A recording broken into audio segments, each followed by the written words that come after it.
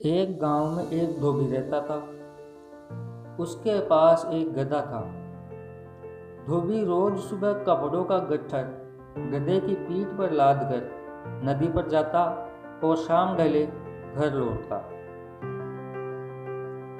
इतनी मेहनत के बाद भी गधे को यह शिकायत रहती थी कि उसका मालिक उसे पूरा खाने को नहीं देता। बेचारा गधा मौका देखकर आसपास के खेतों में घुस जाता और वहां उगने वाली फसल खा जाता।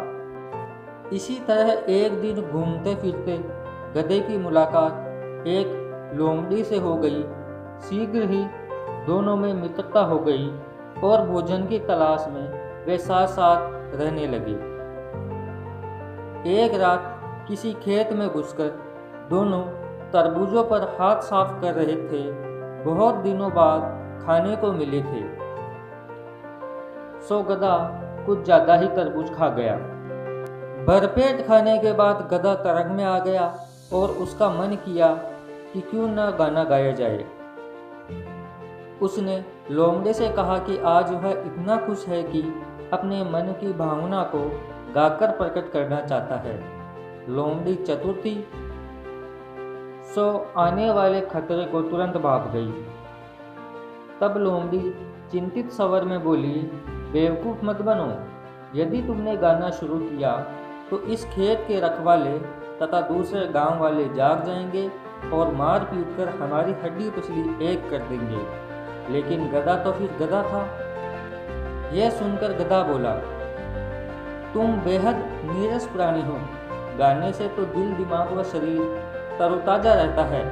मैं तो जरूर गाऊंगा, चाहे कोई क्यों न आ जाए। अब लोमड़ी की चिंता और बढ़ गई, क्योंकि गधा गाने पर अड़ा था और खेत के रखवाले वहीं पास सोए हुए थे। लोमड़ी गधे से बोली, गाना गाने से पहले जरा रुको। मैं भागकर सुरक्षित स्थान पर पहुंच जाती हूँ, तब तुम गाना शुरू करना। कहकर लोमड़ी ने बिना एक क्षण गवाए खेत की बाड़ फलांगी और वहां से भाग निकली। इधर खेत में बैठे गधे ने छेड़ दिया गंधर्व राग। इतनी रात गए गधे की बेसुरी ढेंचू ढेंचू सुन खेत का मालिक जाग गया। उसने लाठी उठाई और भाग चला गधे की ओर। गधा अभी भी मस्ती में बैठा अपना राग छेड़े था। खेत के मालिक ने जब अपनी फसल की दुर्दशा देखी तो गुस्से में आकर लाठी लेकर गधे पर पिल पड़ा। गधे की इतनी पिटाई हुई कि वह अधमरा सा हो गया।